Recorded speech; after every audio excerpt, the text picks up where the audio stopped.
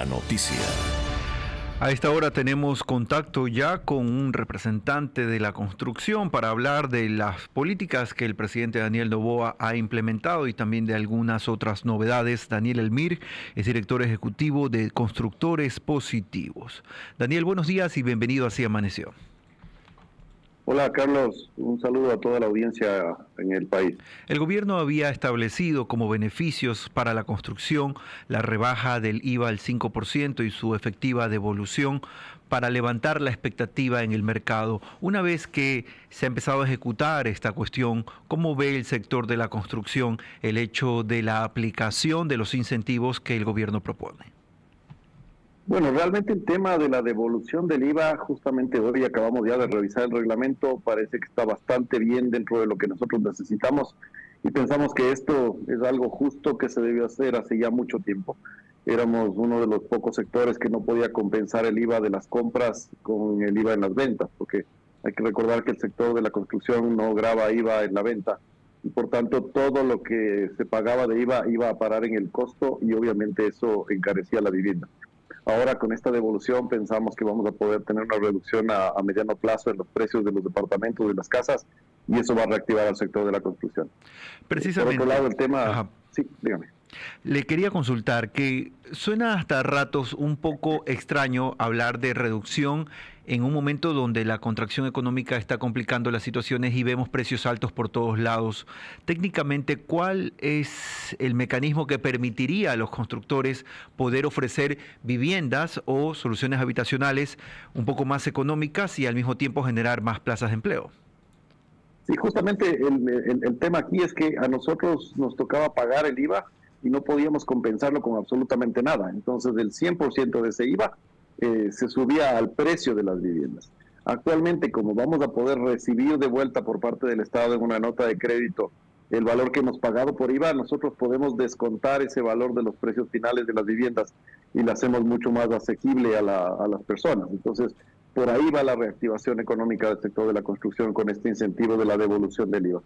Realmente creo que en épocas de crisis hay que ser creativo y hacer este tipo de cosas que a veces parecen fuera de la lógica, pero en cambio tienen siempre cosas positivas, como es el hecho de que si se baja la vivienda, el precio las personas pueden acceder y eso genera mayor demanda, ¿no es cierto?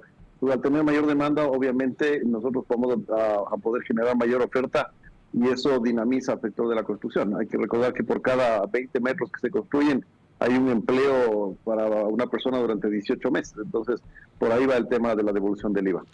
Está con nosotros Daniel Elmir, director ejecutivo de Constructores Positivos, para hablar de un tema que es muy importante, la dinamización de la economía a través de la generación de empleo en el sector de la construcción, que no es noticia nueva, el hecho de que a través de este sector se generan ingentes cantidades de trabajo para muchísimas familias.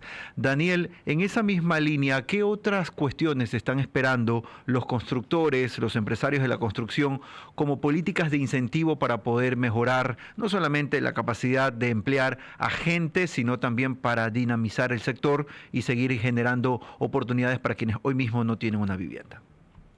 Bueno, tenemos otro tema interesante también, que es la baja del IVA en ciertos materiales de la construcción al 5%.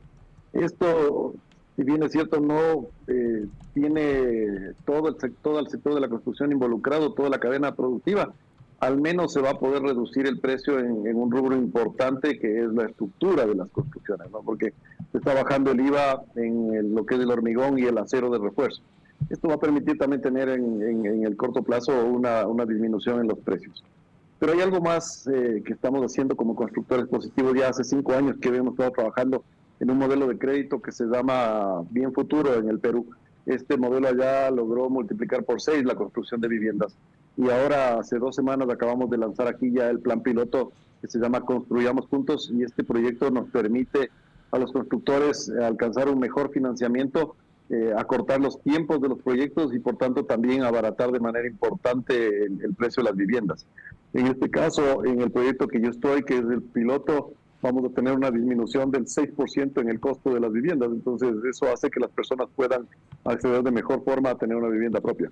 Esa es una de las cosas que estamos ahora probando y esperamos en los próximos 3 o 4 meses tener ya listo para que todo el sector de la construcción lo pueda utilizar. ¿Cuáles son las cifras importantes, Daniel, que ahora mismo en el sector de la construcción generan preocupación? Es decir, ¿cuál es la realidad del país en torno a las soluciones habitacionales, sobre todo para la gente que menos recursos tiene? Bueno, realmente la situación de la construcción es muy compleja, ¿no? Nosotros éramos del 10% del Producto Interno Bruto sin tomar en cuenta la cadena productiva de la construcción, pero si tomábamos en cuenta toda la cadena éramos del 20%. Actualmente estamos bordeando el 5.7, 6%, entonces la caída es significativa. A esto le podemos sumar a que existe un déficit habitacional importantísimo en el país, que está cuantificado en 2.7 millones de unidades habitacionales, tanto en déficit cualitativo como en cuantitativo. Aquí nos preocupa mucho más el déficit cuantitativo, que es de aquel por el cual se determina que las personas no tienen una vivienda. Está alcanzando cerca de las 500,000 familias que no tienen una vivienda propia, y es una cifra que va al alza todos los años, ¿no? Porque se crean más o menos 110,000 nuevos hogares al año y apenas se logran construir 40,000 viviendas en un año muy bueno. Entonces, estas medidas de bajar los costos a través de la devolución del IVA, de bajar los costos a través de estos nuevos modelos de crédito, nos van a permitir un poco incentivar a que la demanda de la vivienda pueda ser atendida y que los proyectos puedan generarse mucho más grandes, con obviamente economías de escala que permitan seguir reduciendo los costos. Entonces, por ahí es donde tenemos nosotros la mayor preocupación, que tenemos que buscar las formas adecuadas para volver a hacer ese 10% del PIB al menos. Pese a eso, Daniel, también hay un incremento, al menos cuando uno está en una gran ciudad, ve cómo a lo ancho, a lo largo y a lo ancho de las ciudades empiezan a generarse más ciudadelas, más espacios de construcción. ¿A qué obedece ese tipo de situaciones? Básicamente es al crecimiento poblacional que tenemos.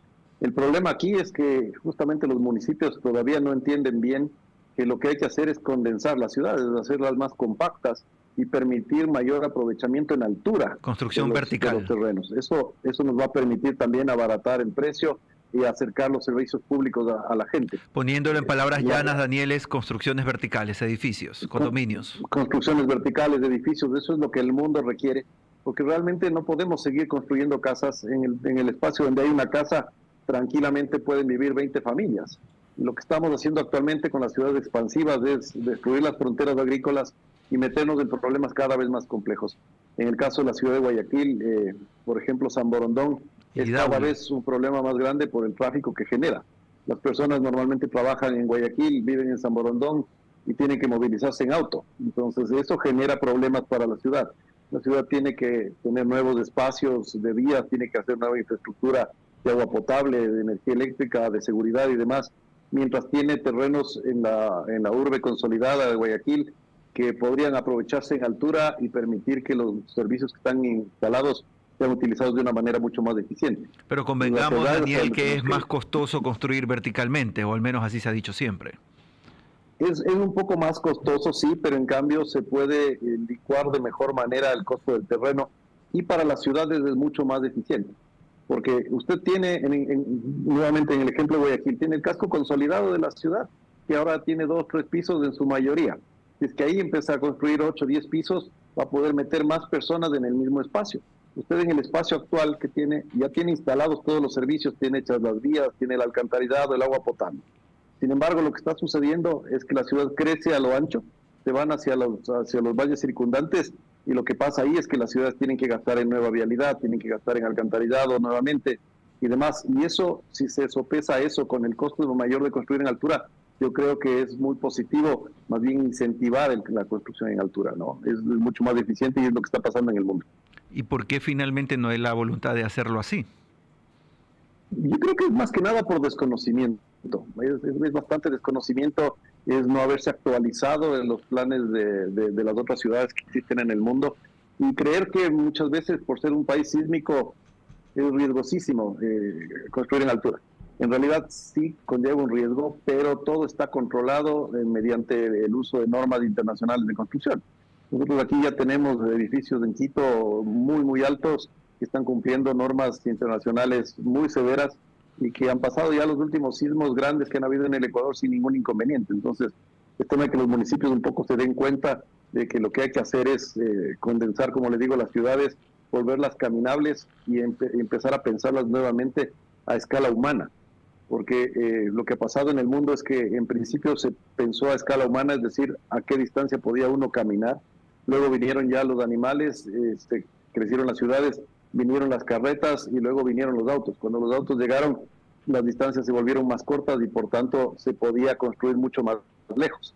Sin embargo, ya el mundo está pensando al revés, está diciendo, ok, cometimos un error al pensar que los autos eran la solución, ahora tenemos que volver a hacer ciudades cercanas de 15 minutos en las cuales las personas puedan movilizarse máximo en 15 minutos a pie o en cualquier tema de movilidad sostenible a cualquier sitio que necesiten, es decir, a sus trabajos, que tengan todos los servicios que necesiten para la vida diaria cercanas.